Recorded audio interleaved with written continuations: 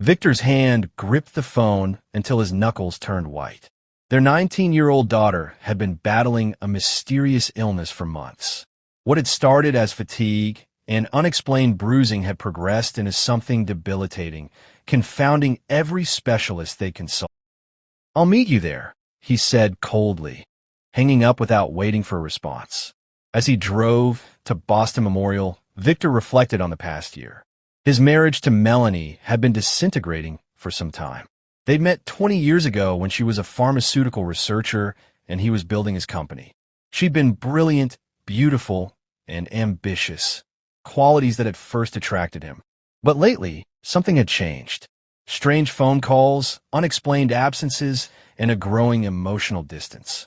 Victor wasn't a man who tolerated disloyalty in business or in his personal life. He'd survived a brutal childhood in foster care after his parents died, clawed his way through college on scholarships, and built his empire through sheer force of will. He didn't get where he was by being naive. 3 months ago, he'd hired a private investigator. The evidence was conclusive. Melanie was having an affair with Dr. Landon Thorpe, the leading hematologist treating their daughter. The betrayal cut deep, but Victor wasn't one to act rashly. He was calculating, patient. He would gather more information before deciding how to proceed. At the hospital, Victor found Melanie already in Cassidy's room. His daughter looked worse than when he'd visited yesterday, paler, thinner, with an almost yellowish tint to her skin. "Dad," Cassidy whispered, managing a weak smile. "How are you feeling, sweetheart?" Victor asked, sitting beside her bed and taking her hand. "The same, maybe worse." Her eyes, so like his own, filled with tears. "They still don't know what's wrong." Victor glanced at Melanie, who was studiously avoiding his gaze. "Where's Dr. Thorpe today?" he asked casually.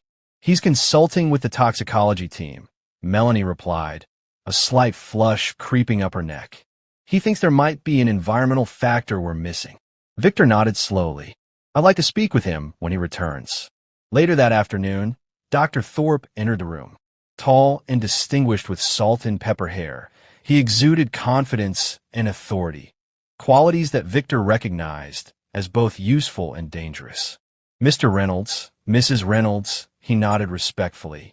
"I'd like to run some additional tests on Cassidy. Her symptoms are progressing in a pattern that's concerning." "What kind of pattern?" Victor asked sharply. "One consistent with slow, chronic poisoning," Dr. Thorpe replied carefully, "though we haven't identified a specific toxin yet." Victor saw something flicker across Melanie's face. Was it fear, concern, or something else entirely? "Do whatever tests you need," Victor said firmly. "Money is no object." That night, alone in his study, Victor reviewed the files his private investigator had compiled. Melanie and Thorpe had been meeting for at least 6 months. But there was something else troubling him. Their meetings often coincided with new phases of Cassidy's illness. The timing was too perfect to be coincidental. Victor unlocked his safe and removed a small recording device, one of many he'd hidden throughout their home.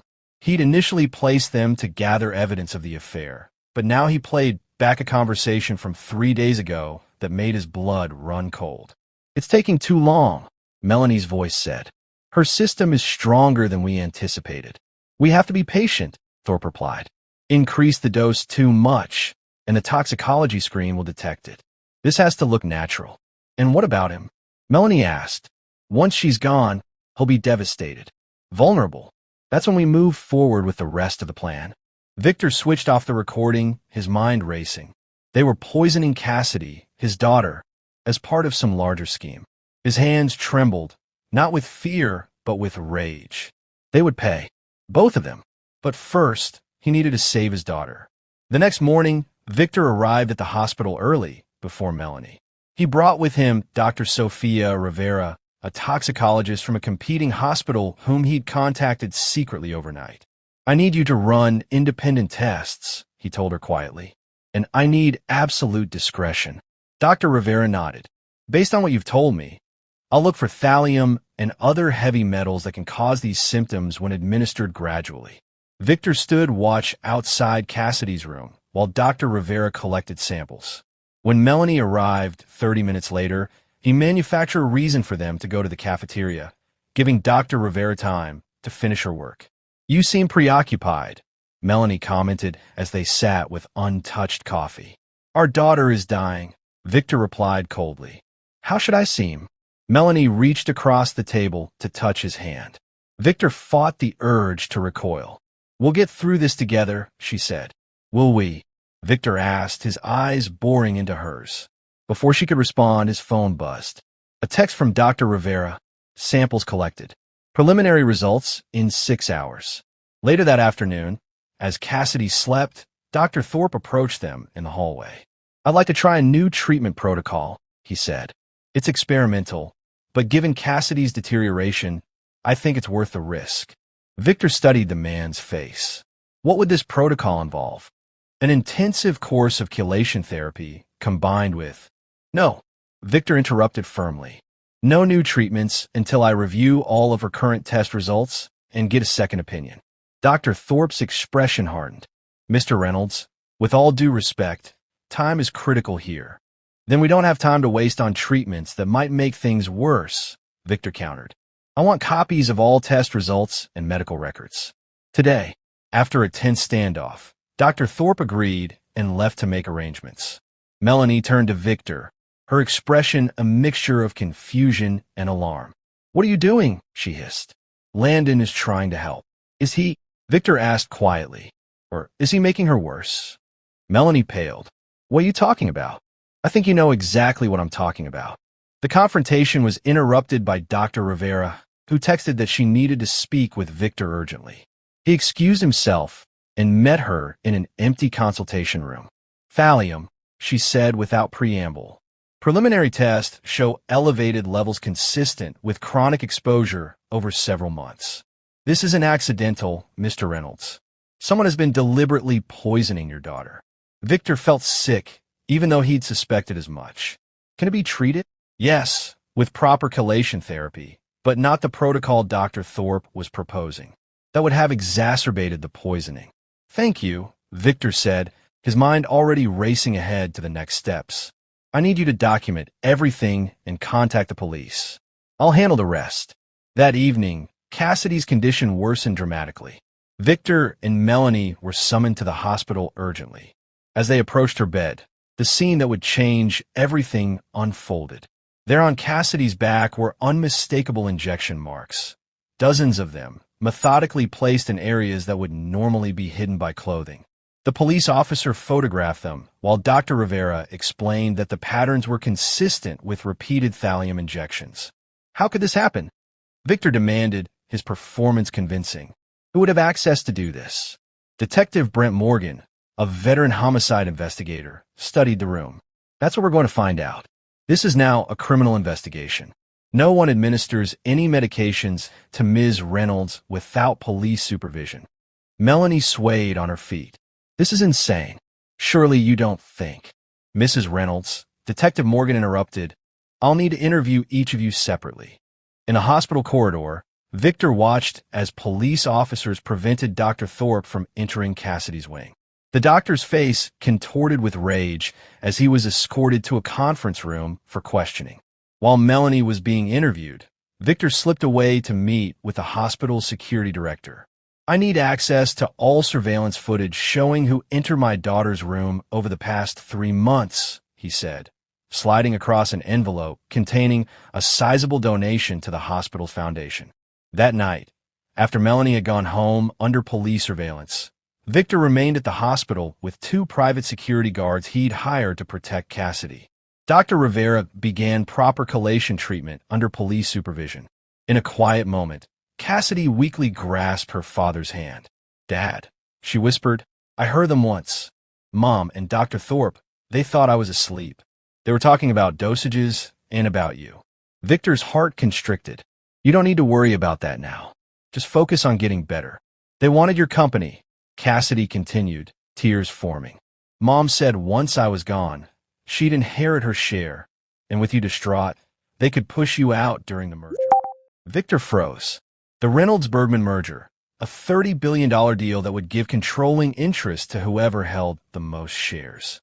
If Victor were deemed mentally unfit following his daughter's death, Melanie's inheritance inherited shares would be enough to shift the balance of power. Listen to me, Victor said, his voice low and intense. They will never hurt you again, and they will pay for what they've done. I promise you that. Over the next week, as Cassidy began to stabilize under proper treatment, Victor set his plan in motion. The police investigation was proceeding, but Victor knew the wheels of justice turned slowly. He had no intention of leaving his daughter's would-be murderers to the mercy of the courts. First, he leaked selective information to the press through untraceable channels. Headlines screamed, "Prominent doctor and wife suspected in poisoning of heiress." Stock in Reynolds Medical plummeted, triggering the poison pill provision Victor had secretly added to the merger agreement, effectively killing the deal and preserving his control. Next, Victor accessed Melanie's private email accounts using passwords he'd obtained months ago. There he found damning correspondence between her and Thorpe, discussing not only their affair, but the details of their poisoning regimen. Victor forwarded these emails to Detective Morgan anonymously. Melanie and Thorpe were arrested and charged with attempted murder. But Victor wasn't satisfied with mere criminal charges. He wanted them destroyed completely. Through his network of contacts, Victor arranged for Thorpe's medical license to be reviewed. Evidence mysteriously emerged of previous patients who had died under suspicious circumstances. The medical board suspended his license pending investigation. For Melanie, Victor had something special planned. Using his resources, he traced the $2 million she had hidden in an offshore account. Money she'd siphoned from their joint accounts over years. Rather than reclaim it, he anonymously tipped off the IRS about her tax evasion. Then came the masterstroke. Victor hired former patients of Dr. Thorpe whose family members had died under his care. Using his investigative resources, he helped them build civil cases against both Thorpe and Melanie. By the time he was finished, 10 separate lawsuits had been filed, each demanding millions in damages. But Victor's true vengeance came in a more personal form. As Cassidy recovered, he visited Melanie in jail. "Why?" he asked simply, staring at her through the glass partition. Melanie, looking haggard in her orange jumpsuit, leaned forward. "You were always so focused on your precious company. You never really saw me, what I contributed, what I deserved. So you decided to murder our daughter?" Victor's voice remained eerily calm. "It wasn't supposed to be painful for her," Melanie whispered. "Landon assured me she would just slip away peacefully. Then with my share of the company and your grief, we could take control." "You miscalculated," Victor said flatly. "Not just about me, but about Cassidy. She's stronger than either of us realized." "Victor, please." Melanie's eyes filled with tears. "I can give testimony against Landon. Say he manipulated me, that I didn't know what was happening. With your influence, you could get the charges reduced." Victor leaned closer to the glass. "I'm not here to help you, Melanie. I'm here to tell you what's coming. Every cent of your hidden money has been frozen. Your parents' house, the one you put in your name, has been seized as part of the civil suits. The prenuptial agreement you signed has a morality clause that leaves you with nothing in case of criminal conduct." "You can't do this," she whispered, horror dawning on her face. "I already have," Victor replied. "By the time you get out, if you get out, you'll have nothing. No money, no home, no reputation. You'll be a convicted felon who tried to murder her own daughter for money. I'll fight you." Melanie hissed, her desperation turning to anger. "With what resources?" Victor asked mildly. "Your lawyer quit this morning when his retainer check bounced. I've made sure every firm in the state knows you can't pay." As he stood to leave, Victor delivered his final blow. "Cassidy asked me to tell you something. She said to tell her mother that she understands now why some animals in nature eat their young. It's because some creatures don't deserve to be parents." The trial was swift and devastating. With the evidence Victor had assembled, both Melanie and Thorpe were convicted of attempted murder and conspiracy. Melanie received 25 years without possibility of parole. Thorpe, as the medical professional who had violated his oath, received 30. But Victor wasn't finished. Through intermediaries, he arranged for details of their crimes to be spread throughout the prison population. Child abusers occupied the lowest rung of the prison hierarchy. Melanie and Thorpe would find no peace, even behind bars. 6 months later, Victor sat on the patio of his Nantucket home, watching as Cassidy, now fully recovered, laughed while playing beach volleyball with friends. His phone buzzed with a news alert. Dr. Landon Thorpe had been found dead in his cell, an apparent suicide. Victor felt nothing but cold satisfaction. Later that evening, as they sat watching the sunset, Cassidy turned to her father. "Do you ever regret how far you went with them?" she asked quietly. "The lawsuits, the financial ruin, everything else?" Victor considered the question carefully. "They conspired to murder you slowly and painfully. They betrayed everything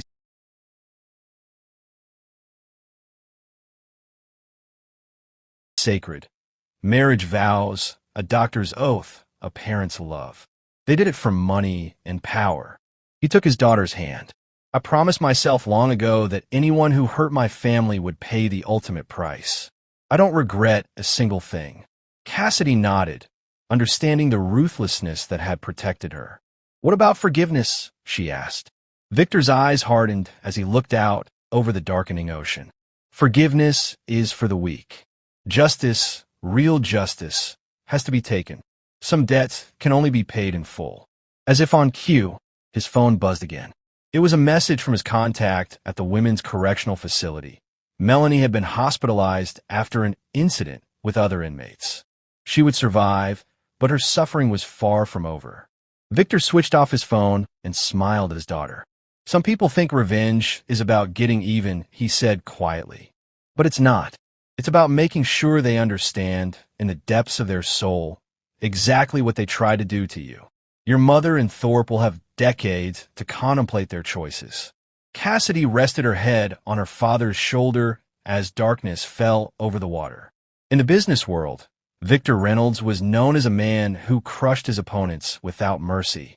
Now Melanie and Thorpe had learned that his personal vengeance was even more terrifying, calculated, comprehensive, and utterly without forgiveness.